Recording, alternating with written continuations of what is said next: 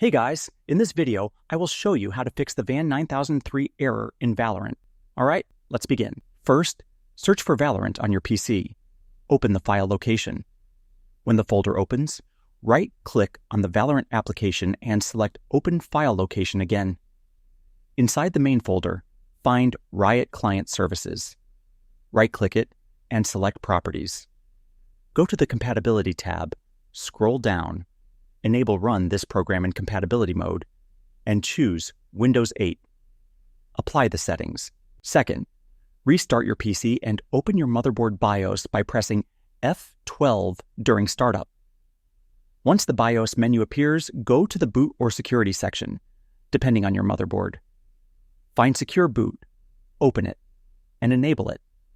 After enabling it, save and exit the BIOS. So that's basically how you can fix the VAN9003 Valorant error.